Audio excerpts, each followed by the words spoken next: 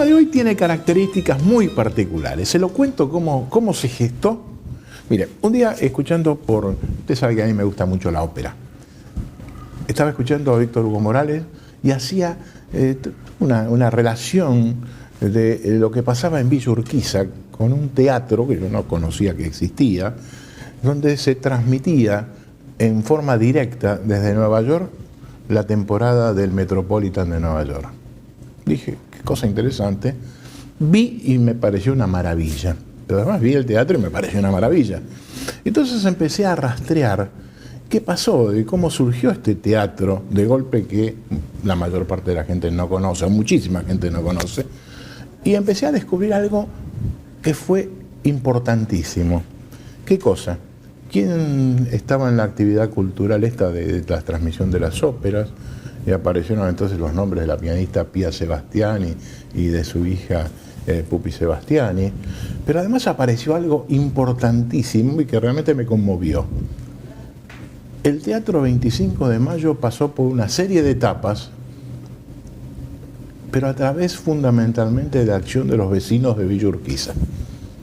Y entonces dijimos, vamos a hacer el programa donde vamos a incluir la parte esta de ópera, pero también vamos a conversar con quienes, como vecinos de Villa Urquiza, comenzaron esta gesta realmente que me pareció espectacular. Así que les agradezco muchísimo que estén conmigo. Gracias por la invitación. Vamos a dedicarle unos minutos a conversar de esto después de una brevísima pausa. Mónica Dittmar es arquitecta, es una de las personas que participó de esta asociación que se llamó 25, o se llama 25 vecinos. Vecinos por el 25 de mayo. Es una organización horizontal. Exacto. De todos los vecinos y de las instituciones barriales de Villa Urquiza y de los barrios aledaños. Bueno, Oscar Traviesa es el que está diciendo esto y es uno de los integrantes. Hacemos una breve pausa y nos cuentan realmente qué pasó en Villa Urquiza y qué está pasando. Bueno.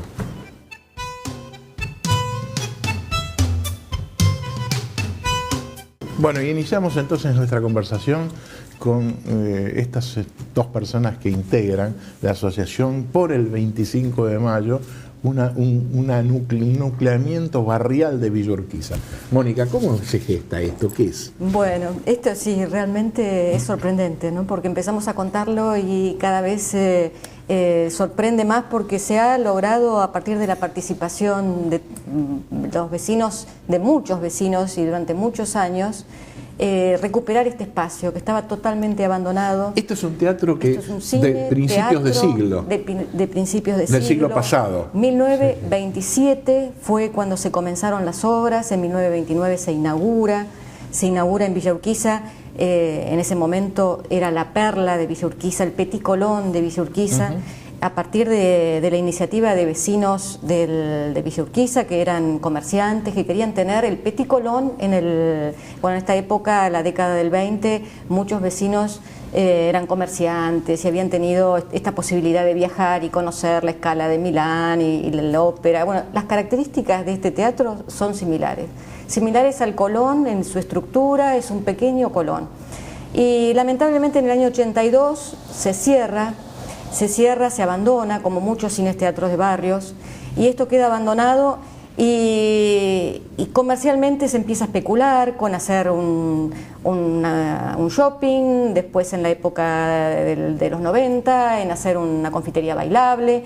Y bueno, y a partir del 96 algunos vecinos empiezan con un petitorio a movilizarse, los periódicos barriales toman esto, y en el año 2001-2002, cuando la participación vecinal se hace más importante, muchos vecinos salimos a la calle a denunciar esto con movilizaciones y logramos 9.000 firmas para que esto se considere como área de protección histórica, que tenga una protección histórica y no se tire abajo, porque en ese momento lo habían tapiado y estaban sacando las butacas, destruyendo todo lo que había dentro. Nosotros veíamos los volquetes y en la calle estaban tirando abajo, destruyendo este edificio. Lo que sucede es que el edificio no es como está planteado en estos momentos, porque si no tiene una entrada por Ábalos en sus orígenes. Por eso lo que decía Mónica, que estaban sacando o destruyéndolo por atrás, porque la entrada por Triunvirato es la entrada principal, pero por atrás entraban todo lo que era los artistas y toda la escenografía para el teatro. Como cualquier teatro así importante. Sí. Bueno, a partir de esos momentos, en el año 2003, 2004, en la gestión de Ibarra, el gobierno de la ciudad decide comprar el teatro. Se compra el teatro, pero lamentablemente se subdivide el lote, que el lote, como decía Oscar, da sobre la calle lateral, digamos. La que está lateral, que es atrás Ábalos, esa calle, ese predio, es un pequeño predio que nosotros tratamos desde el 2006 de que se expropie por la ciudad. Pero espérese, porque estamos hablando del 2003-2004. Sí. ¿Logran ustedes como vecinos que el gobierno de la ciudad, en ese momento era Ibarra de intendente, compre? ¿Y compre para qué? Es decir, primero para evitar seguramente la destrucción. La destrucción ya estaba. Sí, la destrucción ya estaba. Estaba media la destrucción. Ajá. Sí. La idea sobre todo era proteger digamos, de una manera cautelar, claro. ¿Qué quiere decir? Esto es proteger la fachada, proteger las características de valor arquitectónico que tiene el edificio, pero refuncionalizarlo y hacer un centro cultural, además de salas de cine, de teatro, de microcine, de poder tener talleres, de poder tener más actividades. Claro, porque la idea que cuando se compra era que nada más ponerlo en valor lo que era la sala principal, pero los vecinos, con el empuje que se venía dando, logran que se cambie el proyecto y se forme, en este caso, un complejo cultural, es decir, integral la sala principal con un centro cultural. Y eso lo lograron. Sí, eso se logró. Para esto empezamos a pensar el proyecto del edificio, el proyecto arquitectónico, cómo iba a ser. Entonces nos sentamos a trabajar en ese momento en la Secretaría de Cultura estaba Gustavo López. Mónica es arquitecta. Sí. Por eso. Bueno, hay otros compañeros que también son arquitectos, hay compañeros músicos, abogados, y vecinos comunes. Y vecinos de todo tipo. Todos aportamos. Todos somos vecinos, no somos ni arquitectos ni abogados, sino que estamos impulsando desde lo vecinal, desde la participación vecinal, esto que es para toda la ciudad y que nosotros decimos que esto es el polo cultural del norte. Y nos interesaba sobre todo ver las necesidades del barrio, entonces armamos también, hicimos fiestas, jornadas participativas, para que se vuelquen todas las necesidades del barrio. Y la gente participó. Participó. Y hay un proyecto cultural también. Y entonces surgió el proyecto edilicio que fuimos a consensuar con Gustavo López, con la Dirección de Infraestructura del Gobierno de la Ciudad, que estaba el arquitecto Álvaro Arrece, con el arquitecto después jefe de obra también, el arquitecto Rillonier. Se contrató una empresa arquitectónica que hizo el proyecto y empezamos a consensuar. En un principio el centro cultural era imposible, nos dijeron no, porque el edificio no se puede tocar, y los vecinos dijimos sí, porque Villa Urquiza necesita un centro cultural, hay posibilidades de hacer en la azotea, se podría ampliar las salas, no se toca la azotea, y ahí empezamos a ver las posibilidades habituales de esto. Pero hubo muy buena voluntad y logramos consensuar el proyecto, y hoy el proyecto tiene 6 salas para talleres, en la azotea tiene una capacidad para hacer un microcine, exposiciones al aire libre en la azotea, realmente es... Fue un proyecto, y ese proyecto está plasmado también en un acuerdo que se hizo con el gobierno de la ciudad. Hay un acta acuerdo donde los vecinos por el 25 de mayo van a también participar en el proyecto cultural, que eso es lo que estamos peleando en este momento. ¿Y en qué consiste es decir, cómo se da, cómo lograron que la gente se movilice? Porque no es fácil. No es que nosotros logramos, esto surgió desde los vecinos, porque es una reivindicación muy propia Claro. de los vecinos, desde culturalmente, desde los colegios que iban ahí, claro. donde los chicos, yo no actué, pero cualquier Claro. Cualquier vecino ha actuado yo estuve ahí. yo estuve ahí con mi mamá, yo estuve ahí en la Claro. escuela, yo me disfacé de, hay Claro, señoras es que dicen, decir, no, estaba disfrazada de gatita y estaba, tiene que ver con la historia, es parte de la historia. Por eso, ahí se daban, en ese cine teatro de ese entonces, había participación de las escuelas, donde se hacía actos culturales de las escuelas, donde también participaban las murgas en los carnavales. Ajá. Claro, sí, eso es fundamental, porque eso hace la participación vecinal. Y en esa participación vecinal es lo que estaba latente, y bueno, así surgió que este complejo cultural renaciera. Antes de empezar el programa me decían que ustedes además tienen una radio en Villa Urquiza. Tenemos un programa de radio en una radio de Villa Urquiza muy conocida, FM Urquiza, y nuestro programa se llama La Voz del 25, que sale todos los sábados de 9:30 a 10 de la mañana, donde promocionamos las actividades que se hacen en el 25, las actividades de los vecinos y muchas de las interrogantes y cuestiones que de muchos vecinos que nos preguntan, ¿y qué pasa? ¿Y qué hay? ¿Por qué no se difunde? ¿Por qué no hay una cartelera? ¿Por qué no se sabe cuál es? Bueno, todo esto se va trabajando en la radio. Bueno, yo les agradezco mucho que hayan venido para este brevísimo instante. Muchas pero gracias, me parecía agradecemos. muy importante que usted conociera cómo se gestó y cómo hay todo un barrio que está detrás de la cultura. Gracias. No, Enseguida volvemos y va a ver que todo esto que enuncié al principio lo vamos a ir viendo durante todo este programa. Bueno, gracias, muy amable. Gracias.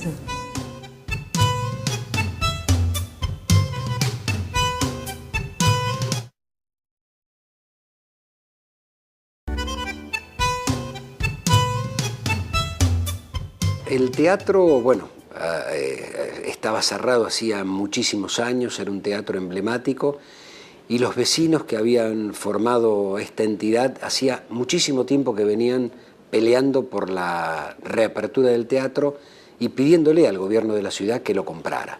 Esa era la primera cuestión que había que hacer, era comprarlo para evitar que fuera utilizado para cualquier otro destino y se destruyera algo que no se iba a poder recuperar nunca más, que era el patrimonio de ese teatro.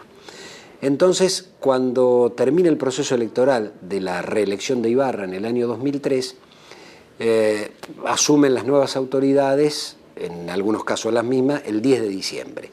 Sobre fin de año no se había ejecutado todo el presupuesto e Ibarra me dice, vamos a comprar el 25 de mayo, aprovechemos ahora, tenemos la plata, vamos a comprar el teatro. Así que en el mes de enero de 2004 escrituramos el Teatro 25 de Mayo, que estaba deshecho, quedaba su fachada, quedaba el salón oval, que es hermoso, o el salón circular, quedaba la cáscara del teatro y había sido destruida la platea y el escenario. Entonces, a partir de ese momento comenzó un trabajo enorme con los vecinos, junto con ellos, para discutir el nuevo teatro. Nosotros teníamos la obligación legal y moral de preservar el patrimonio, pero a su vez la necesidad de hacer un gran centro cultural más allá del teatro. Así que propuesta va, propuesta viene, con la preservación del patrimonio llegamos a un acuerdo después de varios meses y ese fue el proyecto que se licitó. La decisión fue acertadísima y los motivos son múltiples. Primero, la posibilidad de tener un teatro y cine en una zona tan importante de Villa Urquiza que había perdido el teatro y el cine, digamos, ya no quedaban, tenían que trasladarse a Belgrano o al centro para poder concurrir a un espectáculo teatral o a un espectáculo cinematográfico. Entonces es darle vida a esa avenida que es el corazón de Villa Urquiza. Esto significaba no solo cine y teatro, sino la participación de talleres culturales, de la integración con los vecinos, había grupos de teatro callejero, digo, era dotar de vida, un ida y vuelta a todo lo que tenía que ver con el movimiento cultural de Villa Urquiza. Y recuperar un lugar emblemático, desde el punto de vista patrimonial arquitectónico, único en la Ciudad de Buenos Aires, porque el 25 de mayo es el pequeño Colón, así se lo denominaba, porque los frisos imitaban a lo que es la entrada del Teatro Colón. pero además desde el punto de vista intangible, desde el punto de vista de la emoción, de aquello que tiene valor no material, valor inmaterial, ese teatro era impresionante. Había cantado Carlos Gardel, por ese teatro habían pasado los más importantes artistas de la Argentina, y ese teatro era emblemático para esa zona de la ciudad de Buenos Aires. Así que tomamos la decisión de preservar el patrimonio y de hacer un gran faro cultural en Villa Urquiza. Y se logró el objetivo. Se logró el objetivo porque la clave estaba en la participación de los vecinos, en que los vecinos, que eran los que habían luchado para la verdadera recuperación del teatro, después no se quedaran afuera. Primero se quiso hacer un supermercado y después se quiso hacer una bailanta. Tanto es así que cuando nosotros llegamos, el piso de la platea se había nivelado, se había perdido esa inclinación típica del teatro porque iba a ser una bailanta. Y se había eliminado la zona posterior al ingreso o al foyer porque se había hecho una gran barra. Por suerte, no habían tirado abajo algo que era irrecuperable, que son los salones que quedan adelante, que son salones únicos, con vitró de 80 años. Bueno, todos esos proyectos hacían peligrar el teatro, y cada vez que aparecía un nuevo dueño con un emprendimiento de esta naturaleza, bueno, los vecinos salían a la calle a protestar y a reclamar. Me parece que los gobiernos tienen que tener este diálogo y esta sensibilidad respecto de los reclamos de los vecinos, y además para la recuperación de algo tan emblemático como era ese faro cultural histórico. Digo, un lugar donde había cantado Gardel, donde había cantado Tita Merelo, donde había actuado Alberto Castillo, un lugar donde cada uno de los vecinos y todas las generaciones decían: acá tuve mi acto de primer grado, acá tuve mi acto de sexto grado, de séptimo grado. Recuperar eso era imprescindible. El teatro tiene una acústica fabulosa, por eso también es comparable, no digo con el Teatro Colón, pero sí con cualquiera de los principales teatros de la ciudad de Buenos Aires. Y el trabajo de reconstrucción que se hizo fue a la época de su construcción. Es decir, se respetaron los colores, se respetaron los paños, se respetaron los palcos, había que reconstruir todos los palcos, volver a buscar la inclinación, ponerle la última tecnología al teatro, también convertirlo para sala de cine.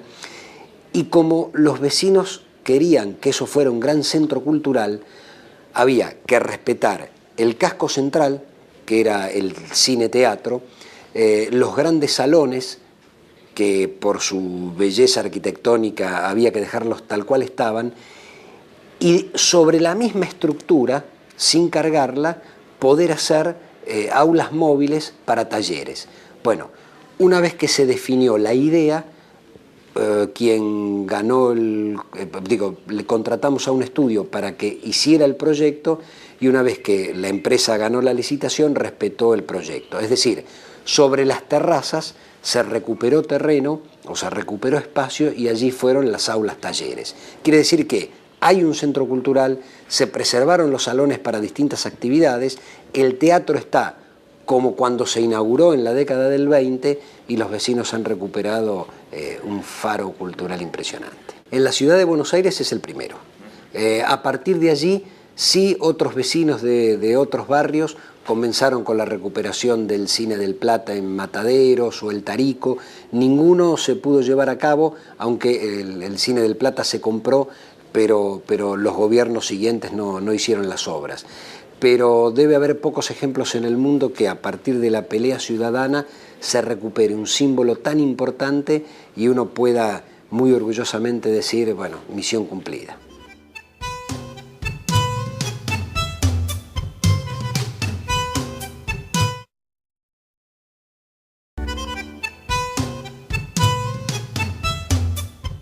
Bueno, y ahora tenemos el gusto de conversar con la señora Pía Sebastiani. Claro, si usted es muy joven por ahí... No me conoce. No la conoce. Efectivamente. Y hay que ver si lee la página de música clásica de los diarios, porque si no, tampoco, menos todavía. Claro.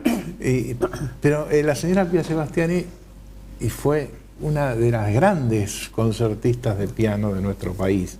Yo digo fue porque ya hace algunos años que usted prácticamente no está tocando. No, yo toco. Lo que pasa que la Argentina y Buenos Aires particularmente es una plaza muy difícil para la música clásica. Y cada vez menos, porque si abrimos algunos diarios, ¿cuánto lugar le dan a la música clásica? Cada vez menos. Bueno, pero no obstante se está revalorizando mucho esto. Ahora sí, en este momento. Y una cosa que también se está revalorizando es la música argentina clásica. Tal vez no tanto en nuestro país, pero sí en el mundo. En el mundo sí, pero acá hubo un momento que se tocaba mucho más. Por ejemplo, Ginastera, con el nombre internacional que tiene, hubo un momento que se tocaba casi todos los días. Hoy en día menos, y los jóvenes menos también. Está la sonata, que yo la grabé y que la toco siempre, la estrené en toda Europa, lo mismo que el concierto. El concierto número 1 lo estrené. Famoso concierto número 1 de Ginastera. El número 1, sí. Bueno, ese yo lo estrené prácticamente en toda Europa, salvo España, Portugal y algunos países detrás de la cortina. ¿A qué edad empezó a tocar el piano? Este año cumplo 80, que toco el piano, porque yo tenía 4. Así que estamos, yo no le pregunté la edad, 84, se dio cuenta. bueno, pero llegamos a lo mismo. Llegamos a lo mismo, 84 años. Así que desde los 4 años que estudia piano, es decir, que empezó a tocar el piano, a estudiar piano. Lo que toco mucho ahora, siguiendo con lo que usted decía, que no toco en Buenos Aires, que es diferente, Ahora, pero yo toco mucha cámara. Yo hago mucha cámara y hice mucha cámara en Estados Unidos también. Ahora, usted viene de familia de músicos también. Sí, desde tiempos ancestrales. Ajá.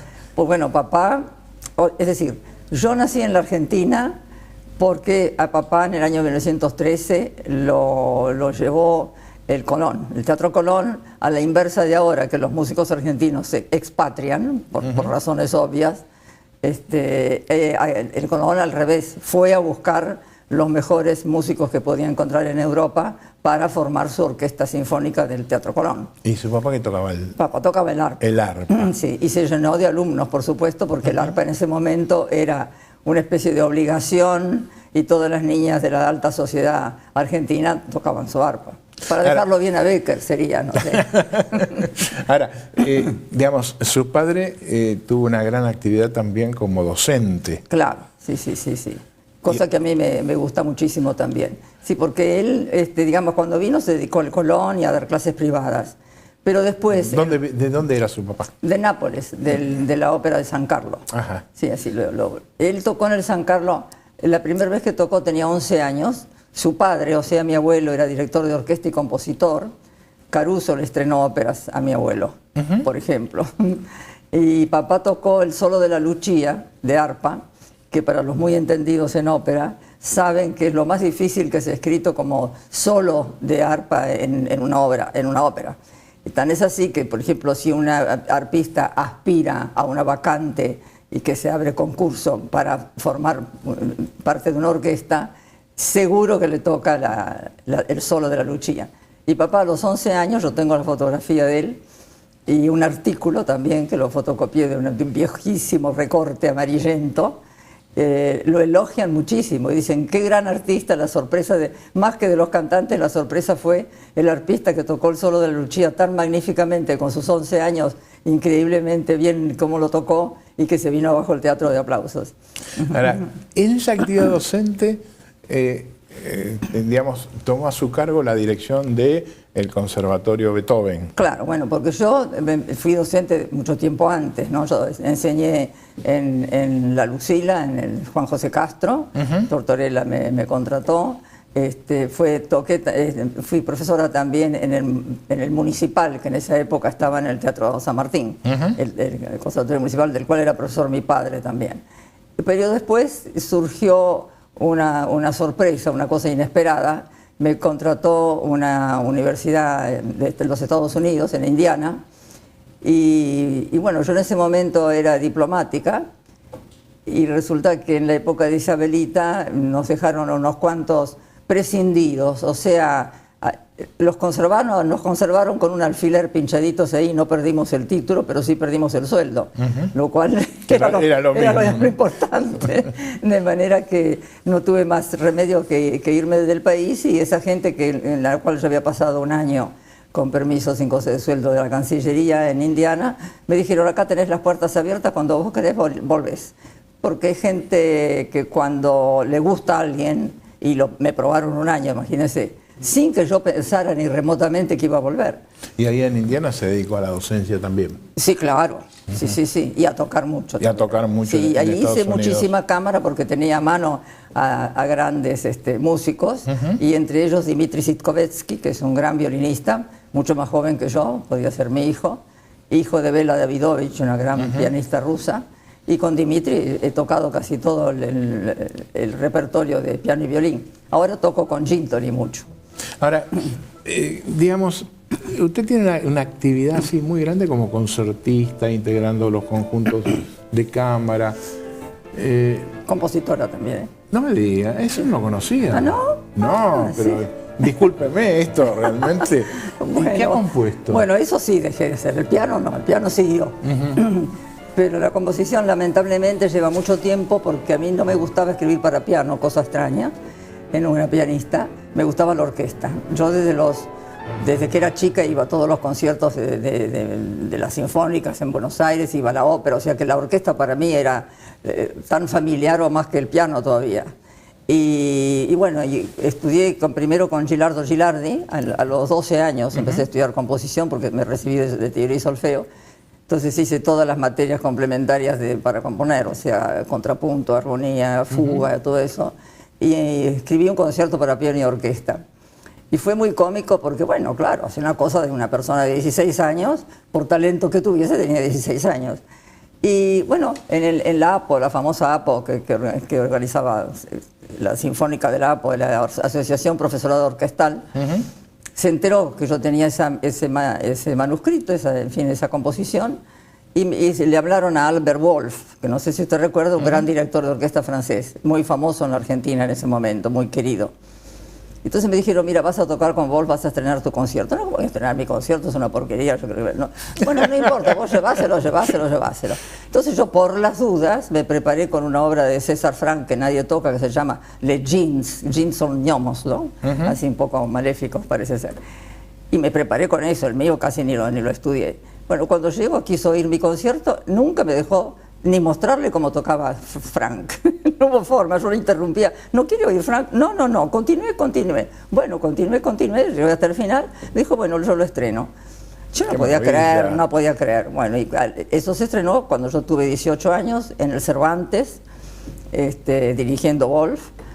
Y empezó, esa fue la primera obra sinfónica. Y después la segunda, tuve muchísima suerte, fue un milagro así también rarísimo, es una obra que se llama Estampas, que esa sí tiene... Esa es más conocida. Esa sí es conocida. Esa sí tiene ritmos más argentinos, un poco, tiene una vidalita en el centro, muy tipo nocturno, un poco raveliana. Y después la última son todas como murgas, una que pasa de todo, porque es una idea que siempre tuve en la cabeza, las murgas argentinas de aquella época, ¿no? Y bueno, y esa la estrenó nada menos que Erich Kleiber, que yo estaba estudiando el piano, viene el empleado del conservatorio, porque vivíamos en la misma casa, y me dice, niña, como se decía en esa época, un maestro Kleiber. ¿Qué va a ser Kleiber? No, yo lo conozco, no me conoce, mejor dicho. Y era Kleiber. Yo casi me tuve que sentar del susto y la emoción. Me dice, le quiero decir que estoy interesada en sus estampas, y ahí menos mal que ya estaba sentada. y bueno, y la estrenó el Colón. Me dijo, si me libero de Brailovsky, que no quiero que sea mi solista, porque lo tenía de Brailovsky con un concierto, por supuesto, de Chopin en el medio. Y dijo, no, ya toqué con él muchas veces, no quiero más, yo quiero estrenarle su obra. Y la estrenó. Y después otro milagro, porque era un tipo terriblemente difícil, fue Juan José Castro. Yo escribí otra obra que se llama Coral, Fuga y Final, hablando de fugas, que estudié a fondo. Y bueno, y me la estrenó también en el Politeama, en la época de Leonor Hirsch y todo eso.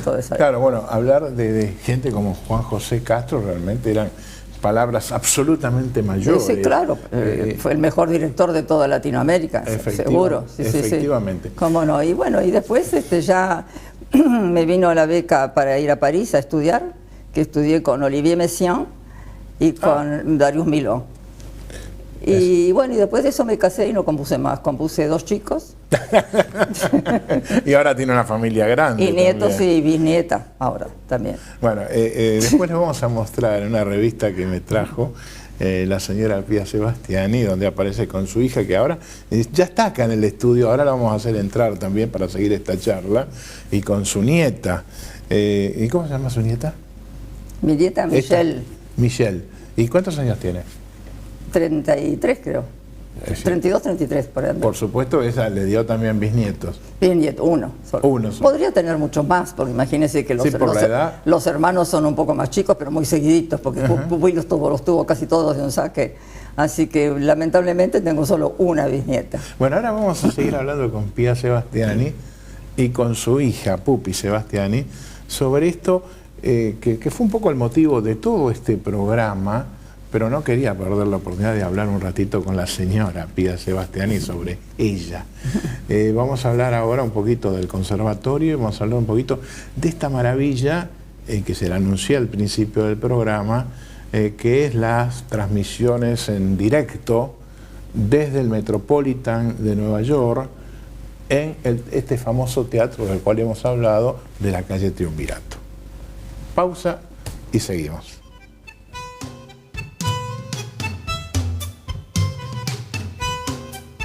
Le damos la bienvenida ahora a Pupi Sebastiani, la hija de la señora Pía Sebastiani. En realidad la verdadera Pía, porque yo me llamo Olimpia, vamos a aclarar. A ver, ¿cómo es eso? A ver, ¿cómo es eso? Bueno, porque lamentablemente la abuela, por parte paterna, se llamaba Olimpia, y papá, muy italiano mandón, ¿no es cierto?, quiso que fuera el nombre de la madre, no el nombre de mi abuela materna, que hubiera sido Ana. Entonces me llamo Olimpia Ana Sebastiani. Pero como Olimpia es tan pesado, para un bebé decirle Olimpia queda un poco pesado, lo acortaron con el final, que era Pía. Cuando nació Pupi, su padre me dijo, no, hagámosla la verdadera Pía. Y claro, y ahí estamos, que es un problemón grave con las cartas, con los llamados. Por eso yo a mis hijos no le puse ningún nombre familiar. No. Los cuatro Mucho tienen mejor. nombres que no tienen nada que ver. Yo le digo que yo tuve una tía, hermana de mi madre, que se llamaba Pía también. ¿Ah, sí? Claro, en Ahí- Italia... Mucho María Pía, ¿no? ¿Eh? Mucho María Pía Mucho había. María, Sí. María Pía, Y sí. ahora parece que es un nombre que vuelve, Se vuelve, a sí. tomar, digamos, significación. Sí, sí. Es decir, vieron que con los nombres se producen Hay como modas. Hay ciclos. épocas, sí, sí. Hay épocas de eso. Sí, sí. Bueno, y yo le voy a decir Pupi directamente, porque todos Todo el la mundo me conocen- conoce así. la conocemos así, ¿no? sí. Vinculado con esto que estábamos hablando, mencionamos el conservatorio, la actividad docente, y el conservatorio es uno de los, digamos, de las instituciones que promovió esta actividad que vos desarrollaste o que se desarrolló vinculada con la transmisión en directo desde el Metropolitan en el Teatro de la calle Triunvirato. Claro. ¿Cómo surge esto? ¿Cómo nace esto? El conservatorio en realidad es el más antiguo del país, creo, tiene 1900 fue fundado. 109 años. Creo que el Williams fue un poquito anterior, creo, no sé, seguro. No sé. O sea que viene de larga data. Y mi hermano, el ex embajador de Naciones Unidas, dice que cambia el dólar, hay crisis, no hay crisis, pero uno llega al conservatorio y siempre se respira el mismo ambiente, o sea, se estudia música en serio, en clases individuales, etcétera. Bueno, a raíz del conservatorio, mi madre creó lo que es la Fundación Beethoven, que ayuda a chicos del interior del país y de Buenos Aires a tener los recursos, sea para estudiar, sea para viajar al exterior. Por ejemplo, ahora hace poco a un joven pianista se le pagó el pasaje y los gastos para ir a España a competir, para tener una beca en el Reina Sofía, que él la consiguió. Bueno, si no, no lo hubiese podido realizar, que es el problema que tiene nuestro país. Chicos del interior que por ahí se les pagan las clases o se les consiguen los pasajes, etcétera. Un poco esto a grandes rasgos y abarca todo, o sea, hay chicos cantantes, hay pianistas, hay violinistas, tuvimos una bailarina Bailarina, también, eso te iba a decir, sí. que era de Santa Fe, que hoy en día es estable en el Teatro Argentino de La Plata. Tenía 12 años cuando vino a Buenos Aires. Entonces, esto es lo que hace la fundación. Yo, vos sabés que hago management, management de Darío Volonté, etcétera. Claro, yo te conocía a vos, y esto... Por el maestro Mario Peruso. Claro, a través del maestro Mario Peruso en el Teatro Colón, y Pupi era el manager de Darío Volonté, del tenor que acá fue conocido cuando cantó la ópera Aurora, claro, en el Colón. Yo me ocupé del conservatorio en una época, después me puse mucho las energías en el management y en las producciones artísticas que me encantan. Es más, hicimos con el ministro Lombardi a fin de año y con Darío Volonté, Luis Gaeta y Vera un enorme concierto en la Avenida Mayo que fue fantástico para cerrar el año, etcétera. Eso, por ejemplo, me encanta hacer. Pero no soy la fundación es mi madre, Arturo Rizabalaga, otra gente. Yo lo que he hecho en este momento es como la producción ejecutiva de la fundación para esto. Hemos hecho algunos conciertos con Darío para la fundación. Sabes que Darío también hace conciertos para la unidad de cirugía cardiovascular del Hospital de Niños, o sea, son como beneficios. Y después, y bueno, y surgió esto del Metropolitan. ¿Cómo surge esto del Metropolitan? En realidad esto se inicia con la Subsecretaría de Gestión Cultural del Gobierno de la Ciudad de Buenos Aires, que la dirigía Pablo Batalla en ese momento. Así, ellos hacen la primer parte, pero el convenio con el Metropolitan es de la Fundación Beethoven. Entonces, pues, cuando se cierra... Es una iniciativa, en definitiva, privada. Esto es importante, con el apoyo... Con el apoyo del gobierno, cosa que es importante, la relación sector público y privado. Exacto, eso es lo que hizo que se pudiese hacer, porque no son cosas que no son fáciles, y son costosas, y son complicadas. Hoy en día, como se cerró la Subsecretaría de Gestión Cultural y hubo todo un cambio en el Teatro 25 de Mayo, que aparte es divino, digamos, es la fundación la que tomó en ese momento la producción ejecutiva, y es donde aparezca, o sea, lo que yo hago. Y bueno, y ahora el Metropolitan va a seguir esto, están entusiasmadísimos, les encantó el teatro. Digamos un segundito, por si usted entró ahora al programa, estamos hablando de una, digamos, de la posibilidad que usted tiene de ver en directo las funciones de ópera del Metropolitan de Nueva York, que se transmite a muchísimos teatros en todo el mundo simultáneamente, y también acá en la Argentina a través del teatro del cual estuvimos hablando antes, vinculado con este teatro de la calle Triunvirato en Villa Urquiza, y del cual, en una repetición del programa, si entró ahora, se va a enterar de todo lo que dijimos sobre este teatro y lo que pasó realmente para hacer un teatro, de un viejo teatro que estaba casi abandonado. Entonces sigamos con esto. Bueno, yo la primera vez que vi, en realidad se transmite en 800 salas en el mundo, porque inclusive transmiten en África. Y ahora, bueno, uno de los objetivos que tenemos con el Metropolitan, sobre lo cual se está trabajando, porque es bastante complicado, es transmitirlo en la Antártida, para los científicos que están en la Antártida. Pues sería como que el Metropolitan llega y hay una sala, la única base, porque hay bases de diferentes países en la Antártida, la única sala que existe es del Inca. Es Argentina, por eso la quieren transmitir ahí. Bueno, volvemos al Teatro 25 de Mayo. ¿De la base cuál decís? Junavi. Es Argentina. Correcto, sí. Después no hay salas así de cine en las demás bases. Verán videos, pero salas de cine no. Entonces, bueno, esto hay que esperar que haga calor, porque hoy en día en la Antártida no se puede llegar. Y bueno, la sensación cuando vos vas por primera vez a ver, qué te pasó a vos, también nos pasó a todos, que ves. Es como estar adentro del escenario, ¿no? Es algo extraordinario. Porque yo dije, no, ver una ópera así filmada todo el tiempo, es realmente casi más emocionante que verla personalmente. Yo como público, porque ella, digamos, es un poco la hacedora de todo esto, y la que está arriba es la que se hace mala sangre cuando algo funciona mal, porque claro, como es por satélite es muy complicado, ¿no es cierto? Yo inclusive las 2 primeras veces cuando estuve acá, viniendo de veranear, no me entusiasmaba, casi no fui los primeros días, ¿te acordás?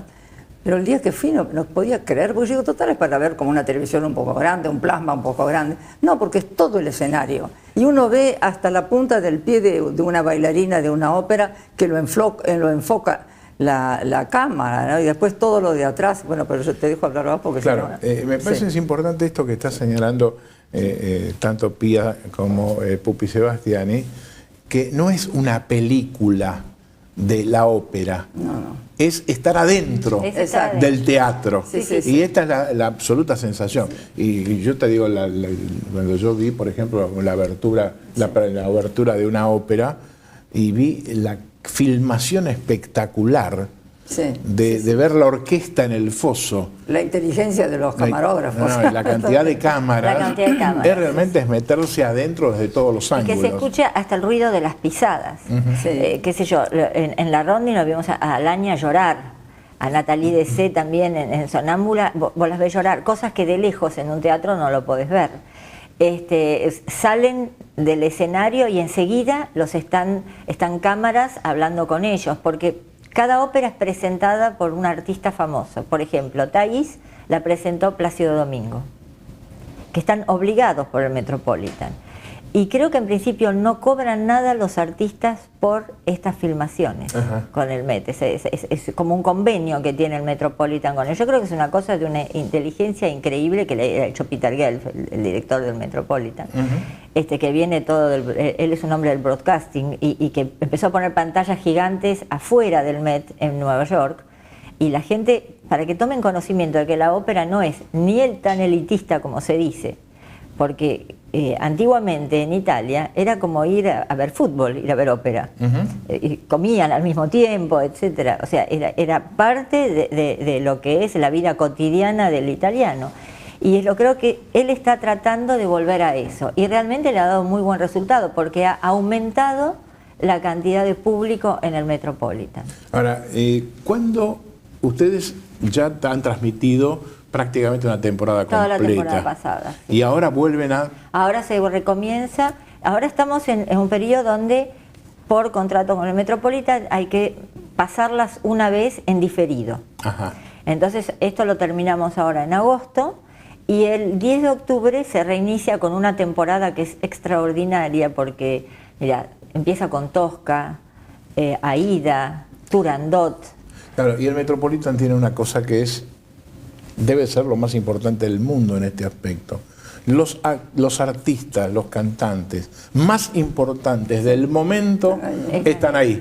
Bueno, se va a transmitir Simón Bocanegra, cantada por Plácido Domingo.